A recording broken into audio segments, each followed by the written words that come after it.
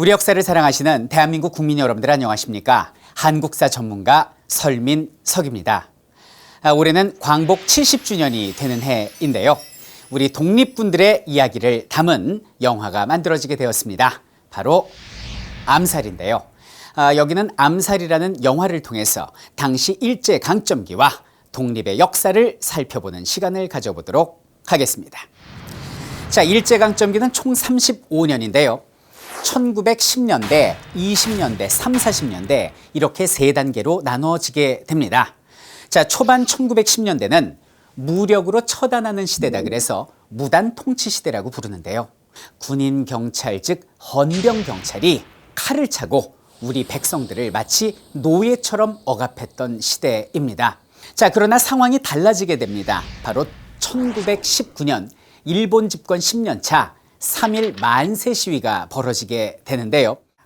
종로에서 시작된 3.1 운동은요, 전국적으로 번져나가게 되고 만주, 연해주, 미주, 심지어는 적의 심장부인 일본에까지 만세의 물결이 번져나가게 되지요.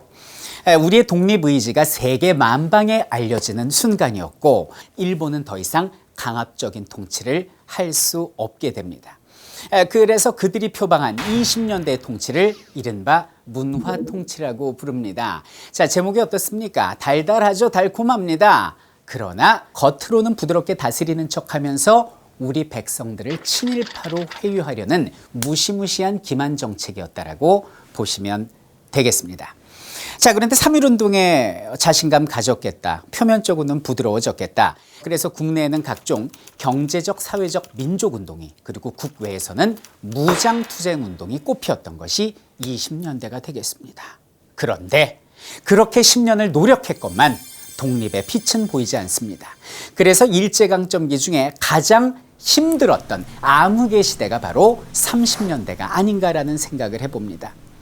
많은 이들이 20년대 친일파가 됐죠. 그리고 일본의 군사력은 점점 더 강성해져서 중국을 침공하고 만주를 점령하는 만주국을 수립하는 지경에 이르게 됩니다.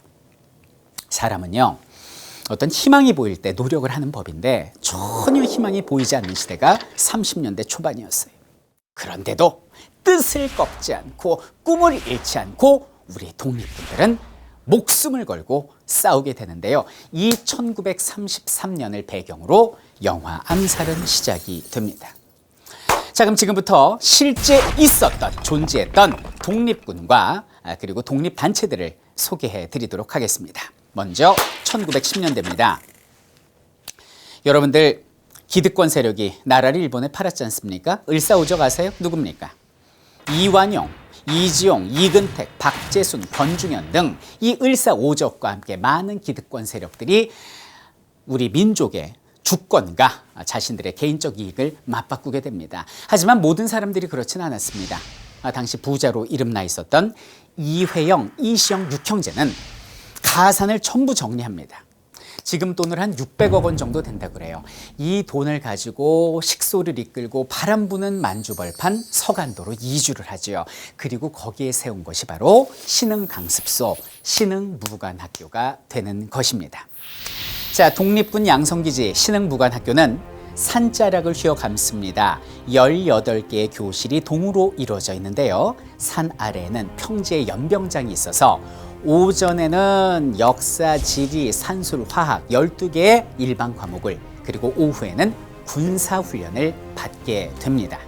자, 왜 이론과 군사훈련을 병행했을까요? 우리 신흥무관학교의 목표는 눈앞에 있는 독립의 쟁취뿐만이 아니라 독립 이후에 신국가를 건설했을 때 이 나라를 이끌어갈 인재 양성에도 목표가 있었기 때문에 이론과 군사교육을 병행했던 것입니다. 그래서 10여 년 동안 약 3,500여 명의 훌륭한 독립운동가를 배출하게 되고요. 이들은 청산리 대첩에도 참여를 하고 의열단, 대한민국 임시정부 그리고 한국 독립군 등 수많은 전투와 수많은 단체에서 활약을 하게 되니 우리나라 독립군의 뿌리다라고 말할 수 있겠습니다. 영화상에 나오는 속사포도 바로 이 학교 출신이 되겠습니다. 자, 이번엔 1920년대로 가보겠습니다. 가장 빛나는 전투가 있었다면 바로 독립전쟁 청산리 대첩일 겁니다. 자, 여기는 청산리에 매복해 있던 우리 독립군이 3천여 명의 일본인들을 처단했던 엄청난 큰 승리죠. 그래서 이것을 청산리 대첩이라고 부릅니다. 그러나 아픔도 동반이 됩니다. 당시 독립군들을 숨겨주고 그리고 보호해줬다라는 명목으로 저기는 간도에 사는 우리 백성들을 무차별 살상했으니 이것이 바로 간도참변, 경신년에 벌어졌다고 해서 경신참변이라고 합니다. 당시 북미에 미국, 캐나다 선교사들이 남긴 기록이 있는데요. 집집마다 한 채씩 전소가 되고 그리고 청년들은 그 자리에서 사살합니다. 그리고 불타는 집에서 뛰어나오면 어린이건 노인이건 여성이건 모두 학살을 합니다. 당시 독립신문의 기록에 따르면 약 3,700여 명의 죄 없는 민간인들이 집단 학살을 당하게 됩니다. 이대로 있을 수 없습니다. 그들에게 반격을 가해야 됩니다. 의로운 일을 맹렬히 추진하는 단체가 만들어집니다. 바로 3.1운동 직후에 만들어진 약산 김원봉의 의열단을 소개합니다. 의열단은 국내에 박재혁, 나석주, 최수봉, 김익상 등 수많은 독립전사들을 파견을 했어. 적의 심장부인 조선총독부, 그리고 종로경찰서, 동양척식주식회사, 부산경찰서까지 모두 폭탄을 던져버리죠. 총격전을 벌이는 쾌거를 이루게 됩니다. 그리고 우리 대한민국 임시정부에서도 의거단체를 만들었으니 바로 한인애국단이라는 의거단체를 훗날 만들게 되는데요. 대표적인 의사로서 윤봉길 선생님이 계십니다. 윤봉길 선생님은 상하이 홍코우공원에 모여있는 적 장성들, 장군들에게 수통폭탄을 던지셔서 치명적인 피해를 입히신 분이고요. 당시 중국 국민당의 장제스가 100만 중국인도 해내지 못하는 일을 조선 청년 한 명이 했구나. 내가 앞으로 임시정부를 지원해주마 라는 지원을 받게 되는 쾌거를 이룬 것이 바로 윤봉길 의사가 됩니다. 그 영화를 보시면 그 2차 세계대전이 끝나고 일왕을 대신해서 일본 외상이 불편한 다리를 이끌고 서명하는 장면이 나오는데 그 사람이 바로 시게미스 마모루라는 자인데요. 그가 다리가 불편해진 것이 바로 윤봉길 의사의 투탄 의거 때문이다 라고 알아두시면 되겠습니다. 누나 무조건 살아서 돌아와.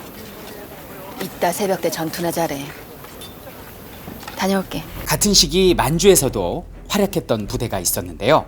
바로 한국 독립군이었습니다.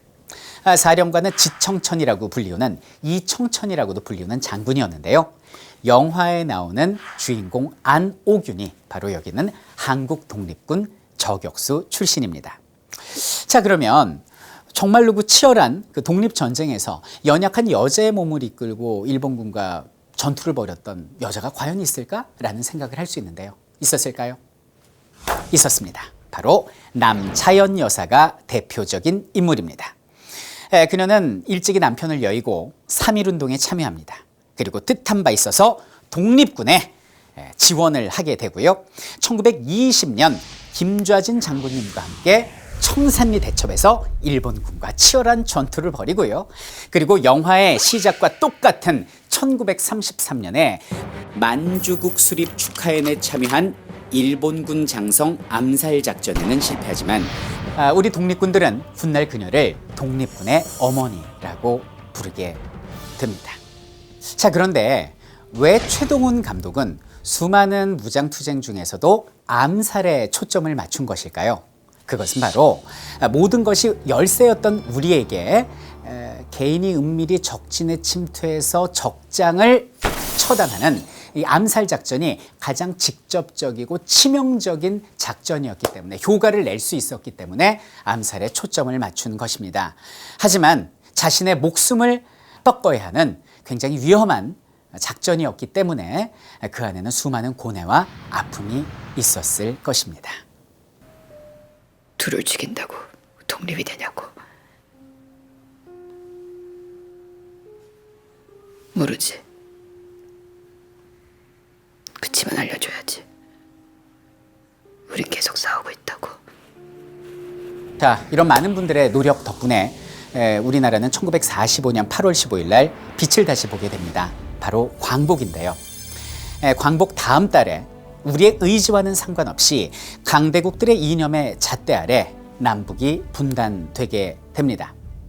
사회주의 이념을 가지고 있었던 독립군들은 북한의 인민군으로, 그리고 자유주의의 이념을 가지고 있었던 독립군들은 남한의 국군으로 갈라지게 되고요.